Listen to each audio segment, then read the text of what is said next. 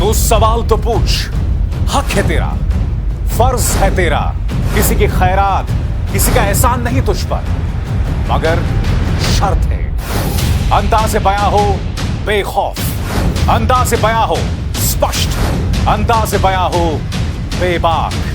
हां, उस लफ्ज को याद रखो, अंदाज़े बयां हो बेबाक। बेबाक। नमस्कार, आप देख रहे हैं बेबाक। मैं अभिसार शर्मा। प्रधानमंत्री जब भटिंडा एयरपोर्ट के जरिए दिल्ली आ रहे थे, तब वहां पर उन्होंने एयरपोर्ट पे कुछ अधिकारियों को कहा कि मुख्यमंत्री चन्नी से कह देना कि मैं किसी तरह से जिंदा बचकर वापस आ गया। तमाम न्यूज़ चैनल्स ने बहुत ही ड्रामाई अंदाज में खबरें भी दिखाई, जिंदा हूं मैं। आज मैं एक सवाल पूछना चाहता हूं, क्या अब तक ये प्रमाण मिल पाए हैं कि वहां पर प्रधानमंत्री नरेंद्र मोदी को मारने की साजिश रची जा रही थी, या ये सिर्फ ख्याली पुलाव हैं? ये सुरक्षा में चूक हो सकता है, मगर सुरक्षा में चूक का मकसद व्यक्ति को नुकसान पहुंचाने का नहीं। इसमें लापरवाही हो सकती है, इसमें उदासीनता हो सकती है, इसमें प्रशासनिक उदासीनता हो सकती है। मगर सबसे बड़ा प्रश्न जो सामने उभर कर आ रहा है वो ये कि क्या प्रधानमंत्री नरेंद्र मोदी को विरोध प्रदर्शनों से एलर्जी है? क्या प्रधानमंत्री नरेंद्र मोदी लोकतंत्र के अंदर जो एक नागरिक का अधिकार होता है अपने हुक्मरानों का विरोध करना, उनकी आलोचना करना, क्या प्रधानमंत्री को उस पर आपत्ति है? तो मैं प्रधानमंत्री नरेंद्र मोदी के सामने कुछ तथ्य रखना चाहूंगा, कुछ वीडियोस रखना चाहूंगा। दोस्तों, साल है 2012 जनवरी। एक वीडियो मैं आपको चलाना चाहूंगा। दोस्तों, ये वीडियो इस वक्त आपके पूरे स्क्रीन पर, ये साल 2012 का वीडियो है, एनडीटीवी का वीडियो है। आप इसमें देख सकते हैं कि पूर्व प्रधानमंत्री मनमोहन सिंह गोल्डन टेम्पल आए हुए हैं, स्वर्ण मंदिर आए हुए हैं। पंजाब की ही पृष्ठभूमि है। एक तरफ उनकी तस्वीर दिखाई दे रही है जहां वो अपनी पत्नी के साथ हैं, गुरु ग्रंथ साहिब को अपनी जो श्रद्धा है, श्रद्धा सुमन अर्पित कर रहे हैं, और दूसरी तरफ अन्ना हजारे के समर्थन में लोग जो हैं वो नारेबाजी कर रहे हैं, काले झंडे दिखा रहे हैं। और कहां दिखा रहे हैं दोस्तों? स्वर्ण मंदिर के ठीक बाहर। स्वर्ण मंदिर के ठीक बाहर ये लोग पूर्व प्रधानमंत्री मनमोहन सिंह का विरोध कर रहे हैं। कम से कम उस वक्त मीडिया में इतनी हिम्मत होती थी कि विरोध प्रदर्शनों को दिखाते थे। कल आपने देखा होगा किसी भी न्यूज चैनल में जो किसान विरोध प्रदर्शन कर रहा था, सुबह से किसी ने वो तस्वीरें नहीं दिखाई। यहां पर आप देख रहे हैं कि बाकायदा मनमोहन सिंह का विरोध हो रहा है। मैं चाहूंगा कि विक्रम चौधरी की रिपोर्ट देखें, करीब 30 सेकंड से कम की ये रिपोर्ट है। इसमें आप देखिए कि किस तरह से वो जमीनी हालात को उस वक्त पेश कर रहे थे और बता रहे थे कि स्वर्ण मंदिर के बाहर किस तरह से पूर्व प्रधानमंत्री का विरोध किया जाए। सवाल पूछना चाहता हूं, क्या आप कल्पना कर सकते हैं कि इस वक्त ऐसे हालात हो सकें? अब एक और खबर दिखाता हूं दोस्तों आपके स्क्रीन पर, 2009 की है। पूर्व प्रधानमंत्री मनमोहन सिंह पर किसी ने जूता फेंका दोस्तों। और इस खबर में यह भी बताया गया है कि प्रधानमंत्री ने उसे माफ कर दिया। ईश्वर ना करे हमारे मौजूदा प्रधानमंत्री के साथ कोई ऐसा करे। अरे प्रधानमंत्री को भूल जाओ, अगर किसी छोटे से बीजेपी के मंत्री या नेता के साथ अगर ऐसा हो तो करने वाले का क्या हश्र कर दिया जाएगा। आपको याद है शरद पवार को एक व्यक्ति ने थप्पड़ मार दिया था, और जब शरद पवार को उस व्यक्ति ने थप्पड़ मार दिया था, मुझे याद है उस थप्पड़ को लेकर कितने सारे मीम्स बने थे उसका मजाक बनाते हुए। और जाहिर सी बात है मजाक बन रहा था शरद पवार साहब का। ये थी लोकतंत्र की ताकत उस वक्त।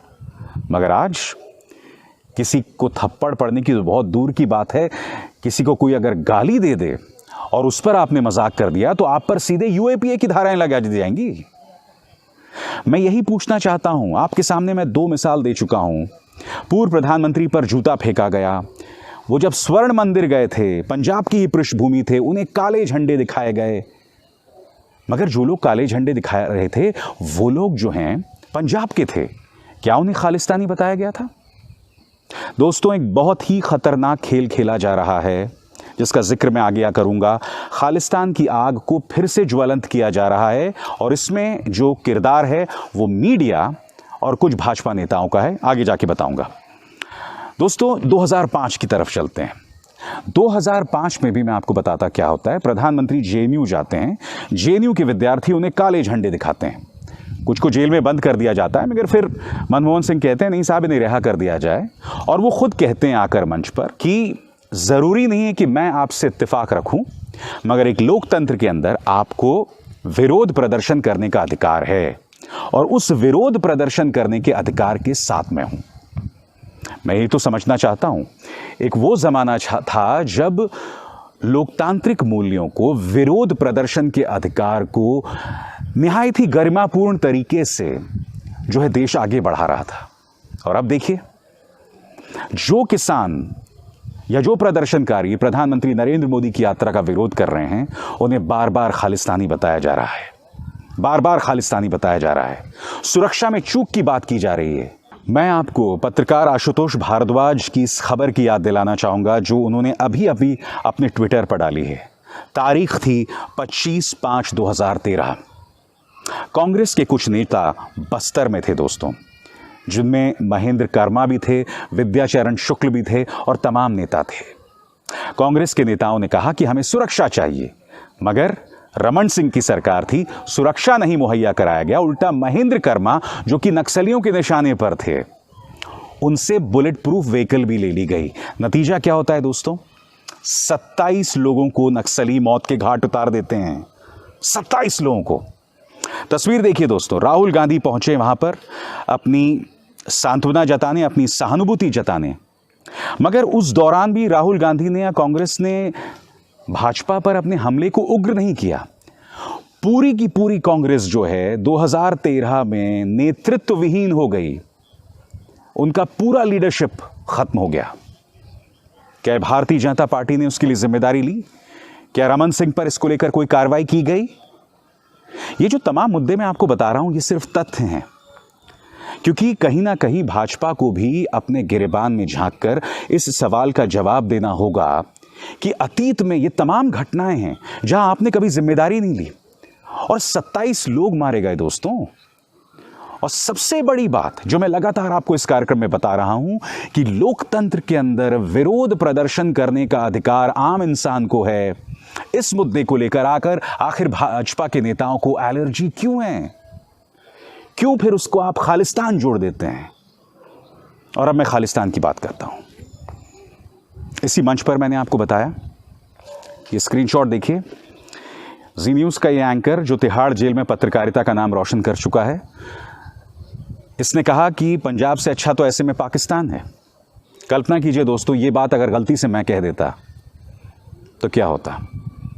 सिर्फ इसलिए कि भाजपा को आपको बचाना है, भाजपा के पक्ष को रखना है, इस तरह की बयानबाजी। ये व्यक्ति बार बार अपने कार्यक्रम में खालिस्तान का इस्तेमाल कर रहा था। यही नहीं दोस्तों, across the news channel, news 18, तमाम जगहों पर खालिस्तान खालिस्तान का राग अलापा गया। इतनी आसानी से राग मत अलापिए दोस्तों।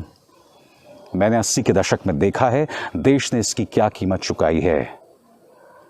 84 का वो अंधकारमय काल देखा है मैंने, जब स्वर्गीय इंदिरा गांधी की हत्या कर दी गई थी और उसके बाद 2,500 से 3,000 सिखों को मौत के घाट उतार दिया गया था, जिनमें से अधिकतर या सभी के सभी बेकसूर थे।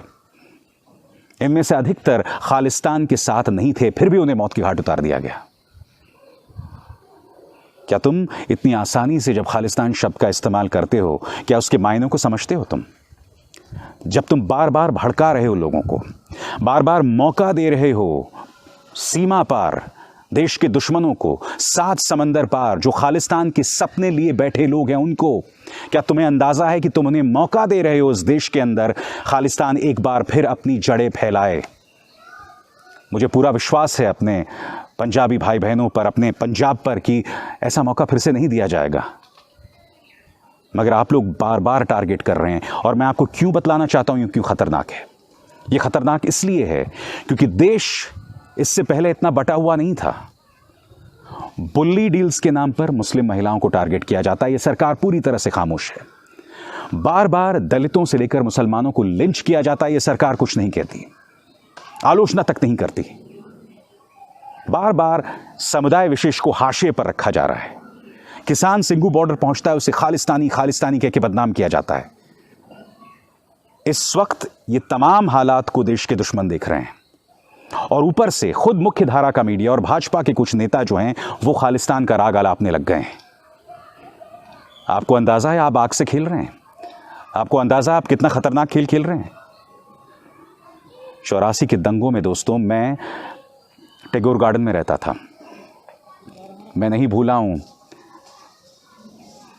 12 दिन तक स्कूल्स बंद रहे थे इंदिरा गांधी की हत्या के बाद।